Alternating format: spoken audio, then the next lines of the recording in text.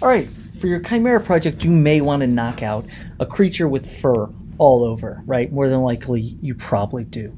And so I want to show you the select and mask tools, a way to help you more easily. There's still going to be some manual stuff. There's just always some manual stuff. But let me show you. So we learn to take our quick mask selector, quick selection tool, right? And draw it all out here, right? And get us just a baseline of what we want. Here's my good dog over here, right? And there, I've got this dog. And you see it's not perfect if we zoom in. See, I don't have all this hair here. I could try to do that. It would kind of become junky. So when you have this tool selected, you'll see the select and mask up here. It might exist somewhere up here too. Yeah, select and mask right there. Either place is fine to press it. So I'll go ahead and go into select and mask mode, and this will send us into this special dialog box where you'll have all these different things over at the right here. You might have this closed by default. You might have things closed by default. I don't know what I had. And so you'll see that my dog is start, but look how choppy it is. So I've got a real choppy looking dog here for his hair. So over here you'll see that this tool is basically, if I had come in with a whole image, I would have started like that. We did that before we entered this dialog box. But this is what this top tool does. It basically does that. What we really want is the refine edge tool, right, to help us start getting this hair right here. And so what the refine edge tool is going to do is start looking at our image and looking for the thing that's closest to the thing we want to keep. That's basically how it's working here. So I'm taking the refine edge tool and just going around the edge looking for our dog hair. And I'm actually going to paint it all the way around and let Photoshop do its things. But see, sometimes it's doing a bad job. You'll actually notice it's actually removing some of those things. So again, nothing's completely insta-magic. You might have to go to the next tool, which is the brush tool. And with the brush tool, depending on if you have plus or minus selected, don't forget we can use our left and right brackets to make it bigger or smaller. Right, we can use our shift left and right brackets to make it harder or softer. And we can actually add in and just brush in. If I had wanted to remove it, I would have turned it to that. But right, we obviously don't want to remove that. Right, ooh, I put it back on plus here, right? So I can go in and try to add more. And then maybe once I add more, maybe that's more information for the refine edge tool to maybe do some work, try to get these edges here. One thing we should know is we have this view thing. Right now you don't see anything in the transparent, but we might want to see right, the background layer to get us more of a sense of what's happening here. We just need transparency. That's the view that we're on, right? So how much of the background do I see? Well, you see that I'm still missing a lot of that hair there. So I'm going to do it so I can still see it enough that I can draw my refine edge over it.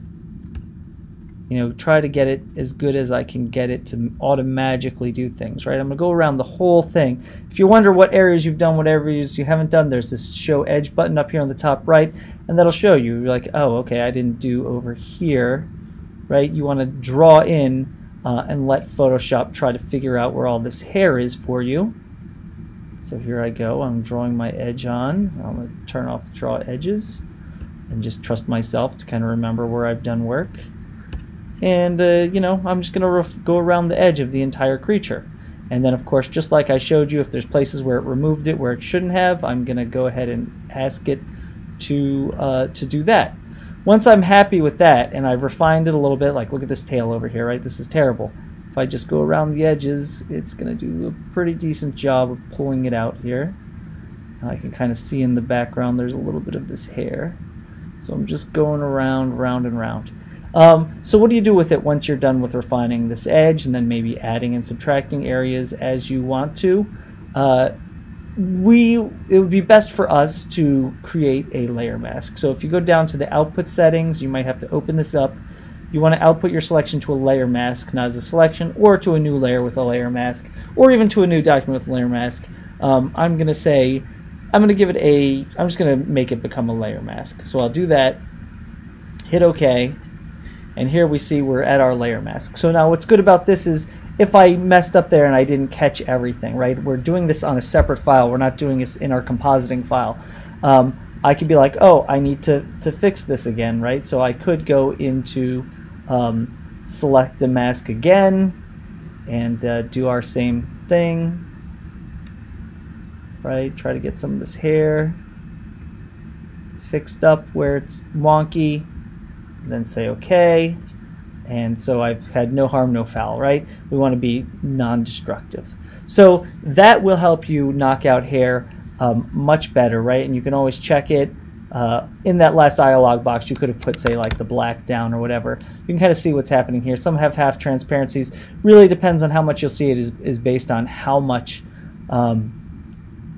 how dark or the background is. So if you see here, if you're going on a darker background, this has a lot of fringing. So how might I fix that fringing? Well, one thing I might do is I might select my layer mask. And what would I do? You know, there's a couple of ways I could think of to do this. Maybe draw a layer on it. That'll make it even brighter on the edge, right? So I think, ooh, I was on the wrong edge anyhow, right? Let me get rid of that. I screwed up already. Let's go back to here. Load selection. I need to make sure I'm on my layer mask here, right? So I'm going to inverse my layer mask and maybe just draw black on that. That's how that looks pretty good. What I did was I inverted. I made a selection out of this by holding Command. I inverted it so that I'm actually not working on the dog, but I was working on the other area. And I just basically masked it out with black.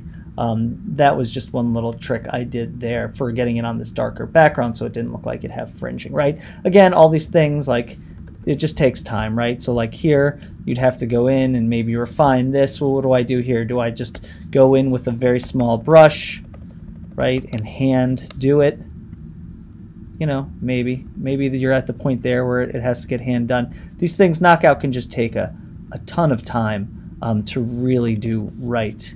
That's why we try to leverage as much automation as we can, but then there's a point, right, where we have to, where, you know, computers can't do everything for us. So yeah, that would be a good way to knock out hair.